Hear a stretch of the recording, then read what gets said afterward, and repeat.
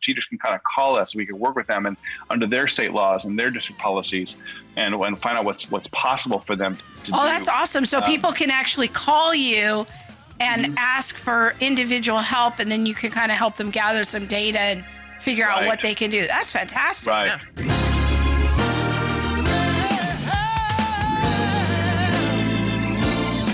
Teachers are taking knocks left and right.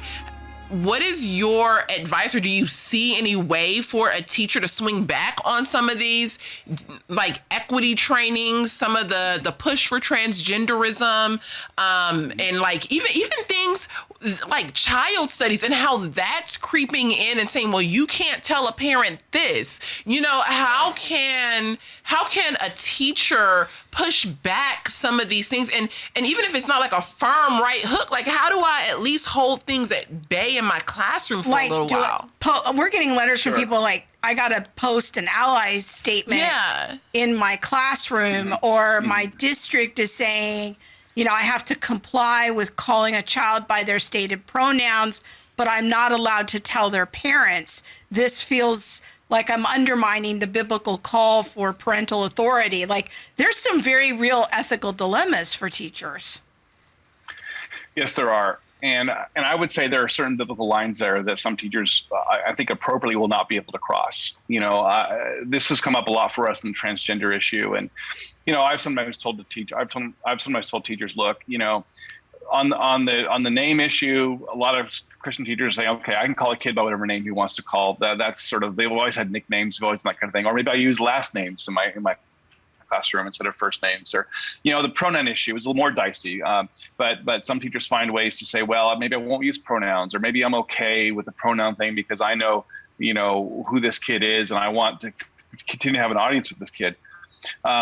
But when it comes down to things like allowing opposite biological sex kids into a locker room or an overnight field trip or things like that, I would think that there are certain places that Christian teachers have to draw the line and say, I'm not going to do this. And there is a broad power or a right to have a religious accommodation for teachers. So if they get put in a situation, whether it be with a transgender issue, whether it be with CRT, where they feel like I can't in good faith do this job you're asking me to do as a Christian, they can ask for a religious accommodation.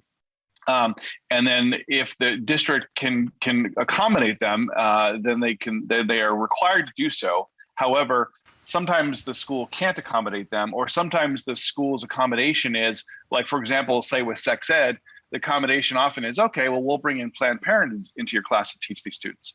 Well, that's quite a devil's dilemma, right? I mean, I either teach the curriculum myself, or I allow Planned Parenthood to teach my kids. Well, I couldn't, as in good conscience, allow Planned Parenthood in my classroom. So, I would say, well, I'm going to teach it then and put my own spin on it best I can, and kind of muddle my way through it. And we'll, emphasize things I can agree with and de-emphasize things I don't, and we'll do the best I can. But, it is a very, very challenging environment for teachers right now.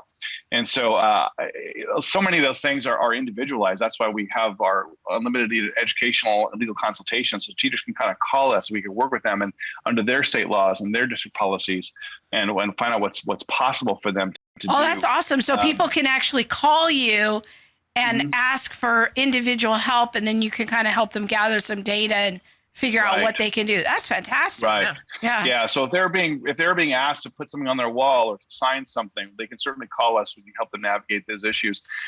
Push comes to shove, a school board has a right to determine the curriculum in their school. But what I'm encouraged by is seeing teachers like Tanner Cross in Virginia, who on his own time, and he it wasn't regarding to a specific student in his class. He, on his own time, as a private citizen, went to the school board, made a speech about how he, couldn't support this policy to, allow kids to choose their own gender. And he was put on suspension by his school, but the initial court rulings have been in his favor because it was his free speech rights and he was on his own time. It wasn't because there was an actual kid in his class who wanted to be called by a certain name or pronoun and he was refusing. So it wasn't about a school issue. It was about a public policy issue, and he was simply voicing his opinion. And so I hope and suspect he will continue to win those legal cases and preserve the free speech rights of teachers on their own time to express their own opinions about these issues. But the hard part is that that schools and school districts and state governments have the right to direct curriculum. And unlike at the university level, there was a case out of Ohio recently. The name is escaping me right now, but there was a case of a professor, Shawnee State was the name of the school, professor who wouldn't accommodate a student's transgender requests.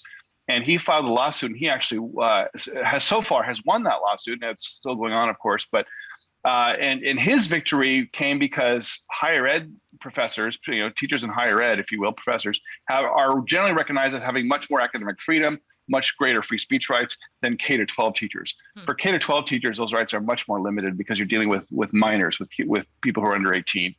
And so the courts have generally not recognized the free speech rights of K-12 teachers in their classes. But obviously now we're seeing we can use that for our advantage as well, right? Because now we're seeing some of these woke K-12 teachers who are getting recorded, right? And they're being fired because they're trying to bring this woke curriculum, this ideology into their classes. So that can cut both ways. So there might be some positive silver lining there for us in terms of the free speech rights or lack thereof of K-12 educators.